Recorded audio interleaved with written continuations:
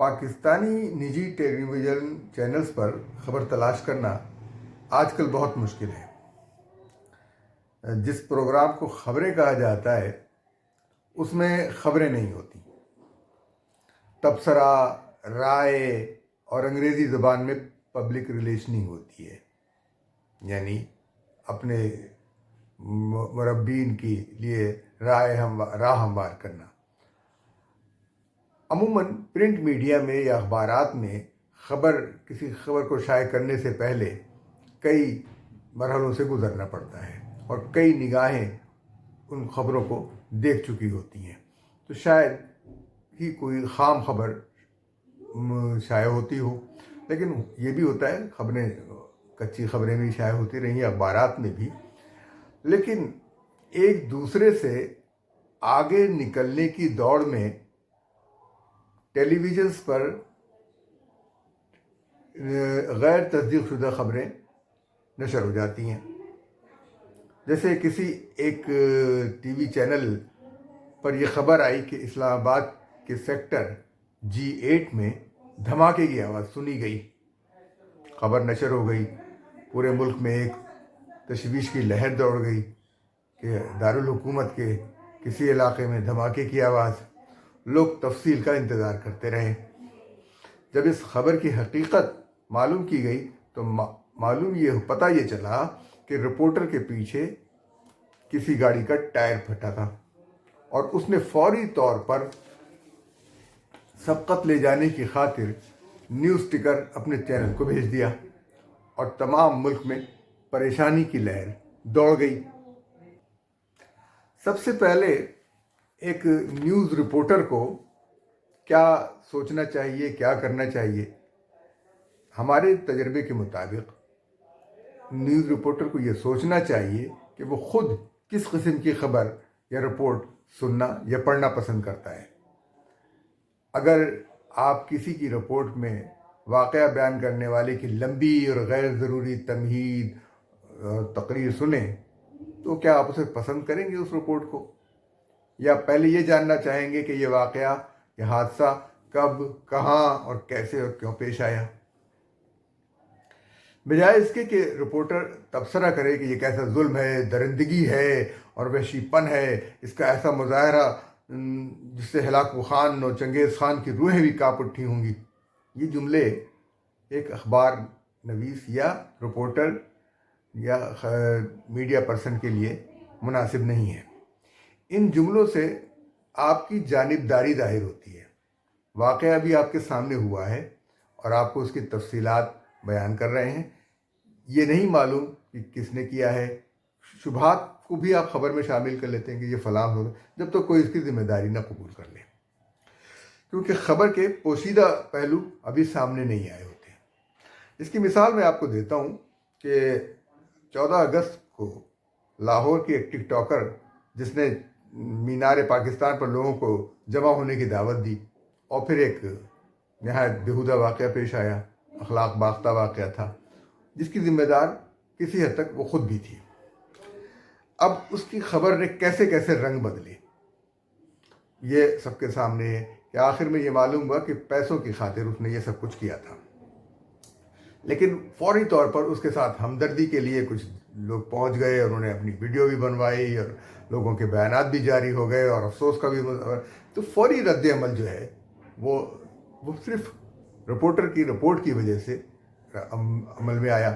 اگر ہم اس کو معروضی انداز سے دیکھیں کہ ایک واقعہ ایسا پیش آیا، اس کی تفصیل کیا ہے یہ بعد میں معلوم ہوتی ہے، فوری طور پر نہیں معلوم ہو سکتی، اس لیے اس پر تبصرہ نہیں کرنا چاہیے، بلکہ اس کے مختلف پہلوؤں پر غور کرنا چاہیے۔ ان کے اگر خبریں ملیں تو ان کو جمع کرنا چاہیے، کیونکہ رپورٹر کا کام ایک سائنسدان کی طرح سے ہوتا ہے کہ وہ حق کی تلاش کرتا ہے، سچ کی تلاش کرتا ہے، تحقیق کرتا ہے اور پھر اسے لوگوں کے سامنے پیش کر دیتا ہے۔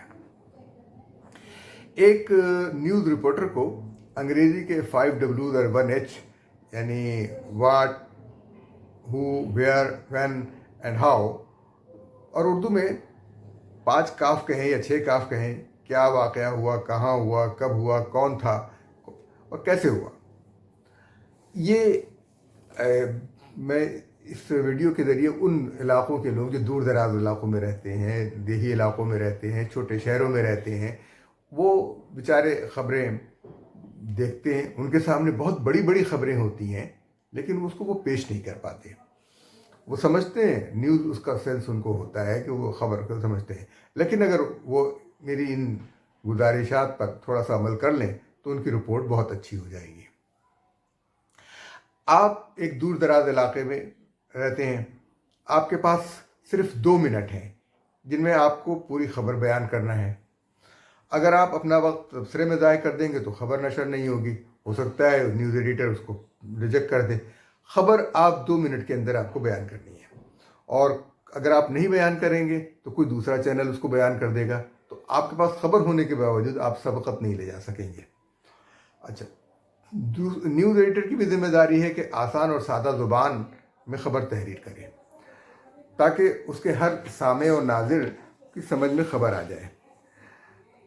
ٹی وی کا ناظر جو ہے وہ ٹی وی دیکھنے اخبار کے برخلاف ایک ان پڑھ شخص سے لے کر اعلیٰ تعلیم یافتہ دانشور تک ہوتا ہے.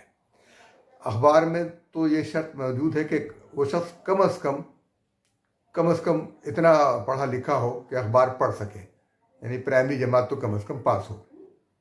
اس لیے خبروں میں شاعری کرنے کی ضرورت نہیں. جب یہ چینل یہ کہتا ہے کہ عوام پر پیٹرول بم گرا دیا گیا ہے تو ایک ان پڑھ شخص یہ بھی سمجھ سکتا ہے کہ واقعی کہیں کوئی بم گرا دیا گیا ہے. لہذا صرف یہی بتانا بہتر ہوگا کہ حکومت نے پیٹرول کی قیمتوں میں 10 روپے فی لیٹر کا اضافہ کر دیا ہے، جس کے نتیجے میں پیٹرول کی فی لیٹر قیمت اب 150 روپے یا 155 روپے یا جو بھی ہو گئی وہ ہو جائے گی.